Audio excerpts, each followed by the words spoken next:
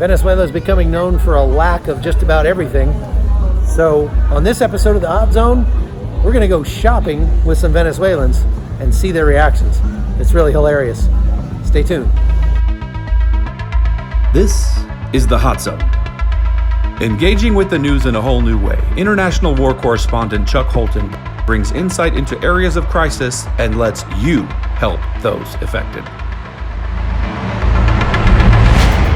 I'm back down at the Venezuelan border, and we're talking to some of the officials here on the bridge, and they're telling us that things are changing rapidly down here, without a doubt.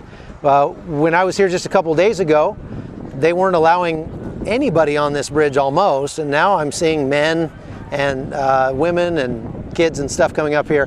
What they were saying before is that only sick people, pregnant women, or women with children were being allowed to cross the bridge up here, but it looks like that's being waived a little bit, and part of the reason for that most likely is because over here behind me, if you look just back over my shoulder, you can see people crossing the river on foot. That's that shortcut we keep talking about. Right down behind me is where I was attacked a couple days ago by members of the criminal cartel, or the criminal gangs that are loyal to Maduro, called the colectivos.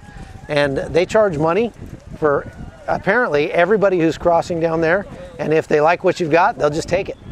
So it's a very, very dangerous endeavor to cross down there. And as a matter of fact, now that we're up here on the bridge and watching, if you just stand here and watch a little bit, you can see gang members kind of standing along the trail and watching everybody that's coming through.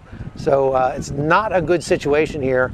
The other thing that's changed is that the bridge itself is now completely blocked by containers and the burned out hulks of the trucks that had the aid on them 2 weeks ago that the National Guard of Venezuela burned.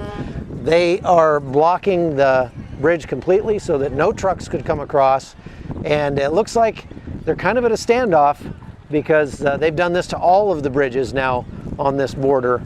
So nothing's going to change until something changes, if you know what I mean. Hi folks. Okay, so we are in the grocery store, and I met these fine ladies here. I met these fine ladies out on the street. They live on the street, they're Venezuelan, and they're just kind of stuck. So what I decided to do, I got this idea. We want to help them out, but when you just give somebody money or something, you're taking dignity away from them. So what's better is to help them help somebody else.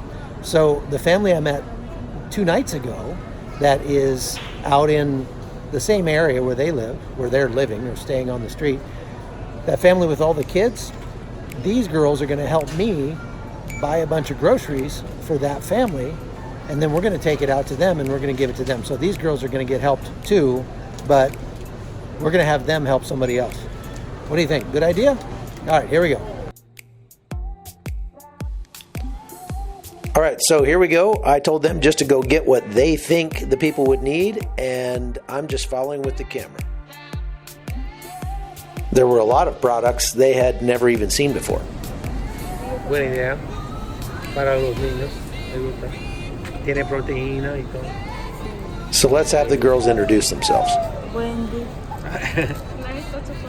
Wendy? Jessica. Jessica. Hola, me llamo Orimeli. Orimeli. Orimeli. Ori. Oris. Ok, Ori. Está bien. Y ella tiene el carrillo. Pues. So I'm asking Jessica to explain to me what this store looks like to her coming from Venezuela. So Jessica is just telling me that this would be the best grocery store in all of Venezuela.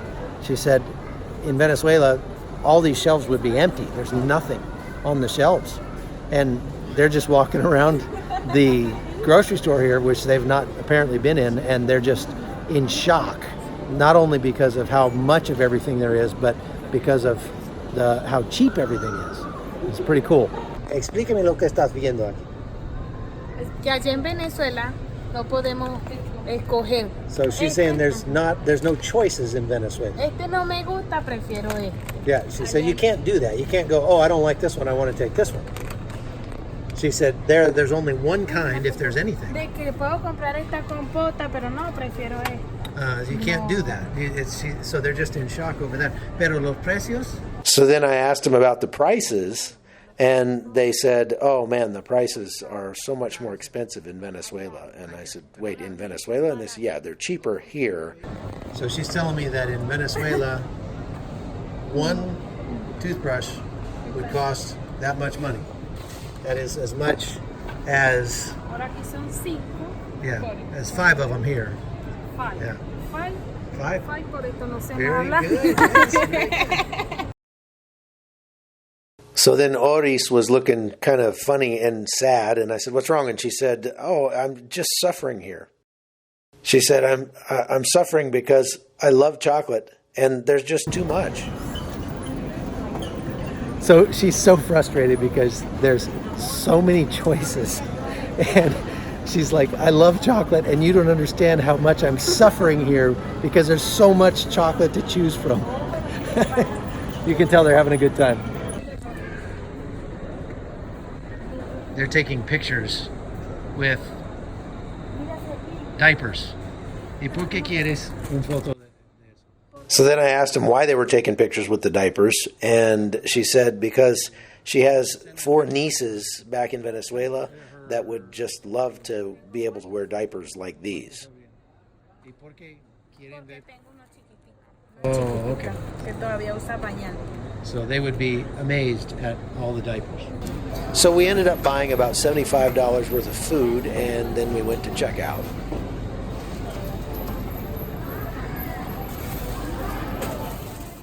And then I almost got run over by a taxi filming them coming out of the store.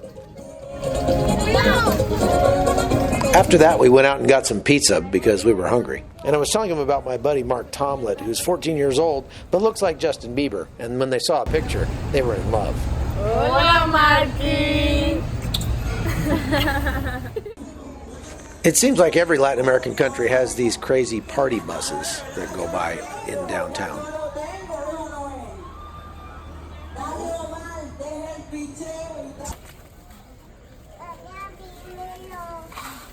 So then the fun part came, driving the food down and dropping it off with that family with the 9 kids. And the kids loved the yogurt. Oh, tiene que abrirlo. Ay, no puedo.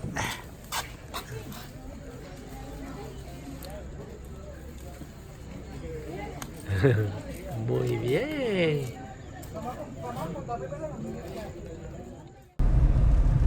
It's kind of hard to figure out where to stop because, I mean, you're obviously going to run out of resources before you run out of need in any situation like this. But I've always thought, well, you just kind of help the ones that God puts in front of you and leave the rest up to Him. The problem is there's a lot of them getting put in front of us here. So we've been helping these 3 girls, and they had a great time going shopping and buying food for this other family with the 9 children, and then delivering it to them tonight. They had a great time with that. But then when we decided we were going to kind of reward them by giving them a nice place to sleep tonight, just, you know, maybe not fix their problem, but give them a chance to kind of rest, clean up, wash things, that sort of thing. Find them a place, because when you're sleeping on the ground for a month, obviously things get pretty dirty. And so, but in the process of going to pick up their stuff, they introduced us to another one of their friends who's a 17-year-old girl that has a 5-month-old baby. And they're sleeping out there on the dirt. So we're going to go get her and add her to the list as well. And I don't have any more room in my car, so I guess that's going to be it for tonight. There's a girl over here. We just went to pick up some of these the Wendy's stuff, and there's a girl over here that's 17 years old, and she's got a 5-month-old baby, and she's out here sleeping in the dirt. And so we're going to do something to try to help that. We're going to try to do something to maybe not fix the problem, but at least give her a break. All right, so let me tell you the rest of the story. Wanted to give those girls a good time. We took them to the Hampton Inn, 12-story hotel right in the middle of Cucuta. Several of them had never been in a hotel before, ever in their lives. And so they had an absolutely great time. They just loved it. And they had a big breakfast the next morning, got to shower, got to bathe, got to clean their clothes and wash their hair and everything like that. That little baby was so incredibly sweet. And so I had a great time holding the baby. It was a real treat for me too. After that, I told them, look, I don't just want to give you a little bit of money or give you a little bit of food, that'll tide you over for a day or two. I want to figure out a way to take you guys to the next place, to the next level in your lives, the next place you want to go, the next thing you want to do, whatever, that you think will get you out of this situation, maybe for good. And so Wendy said, well, I'd really like to go home to my family in Venezuela. And so I had her get on the computer at the hotel and figure out how much that would cost. She did that. It was going to be about $40 total for the bus fare, some money for food, things like that. So we took care of that with money that you guys have already sent. The other two girls, Oris and Jessica, said they would really like to go to another city called Pereira or something I can't really pronounce in Colombia, and because they have family there that can take care of them, that they can live with while they get kind of their feet under them. So we had them check into what that would cost, and it was about $80 a piece. I'm already getting offers from those of you, after you saw my post putting that up on my Facebook page about that need. I'm getting offers from people to pay for that. So we're going to take care of those girls one way or another and get them out of living on the street. And then Maria, the little mother, she's 17 years old, and her sweet little baby, they actually wanted to stay where they were because she actually has, the baby's father is with them. He's a little bit older than she is. I'm not sure how old he is, but he's a whole lot older than 17, I'll tell you that. And he actually works carrying cargo back and forth across the border into Venezuela. It's a very physically demanding job, and it doesn't pay a lot, but between what he makes and what she can make selling coffee or water or whatever, they can actually survive there.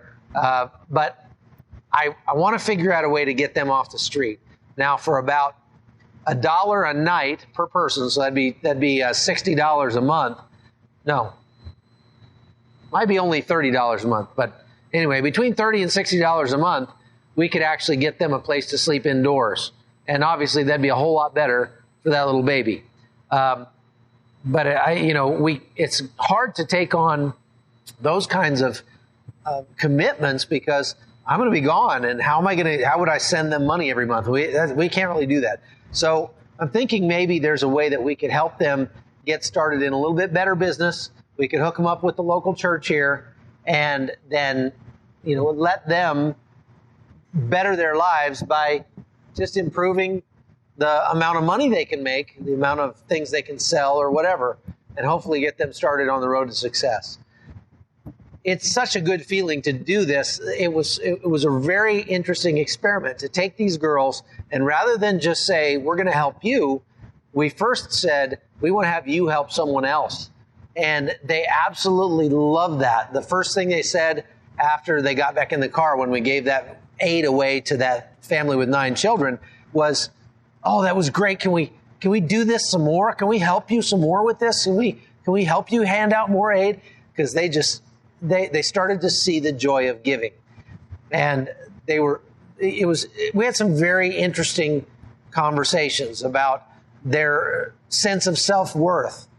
They were telling me how so many people had suggested that they work as prostitutes because they can make more money, and they were dead set against that. And you could tell that they had been raised to have a sense of self-worth, to have a sense of value in themselves. And actually, Jessica has two little children, two little toddlers, back in Venezuela with her parents. The man who fathered those children left her and is no longer in her life. And so she's a little more jaded. She's a little more understanding of the way the world works and does not want to get back into a relationship anytime soon. She wants to make a way for her family. And you can imagine how hard it is for her. She was in tears several times talking with me about having to leave her two little babies back in Venezuela. And she calls them every day, talks to them every day, actually probably spends more money than she should on data and stuff for her phone. But that is obviously very, very important to her. And of course it should be. But these are the kinds of things that you are helping to fix little by little. It's so daunting because we just can't help everybody, but it does feel very good when we can actually help somebody so much and really get to know them, form a relationship with them that'll be ongoing, because we've made contact with them on Facebook and WhatsApp, and they're going to be keeping in touch with me, and we're going to be finding out how things turn out for them. There was one more special thing I wanted to do for them before we put them on the bus and sent them off on their long journeys. And so here's what that looked like.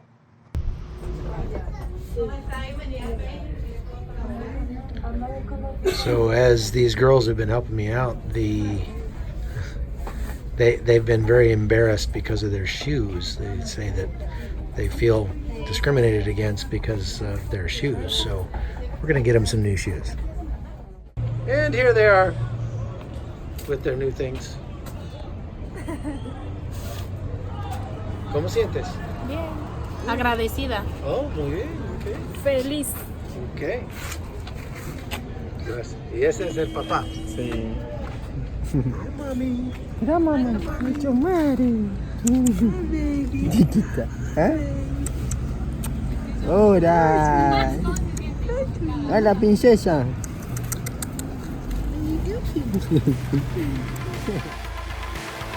The Hot Zone is produced by Amy Holton and Livefire Media. Copyright 2019.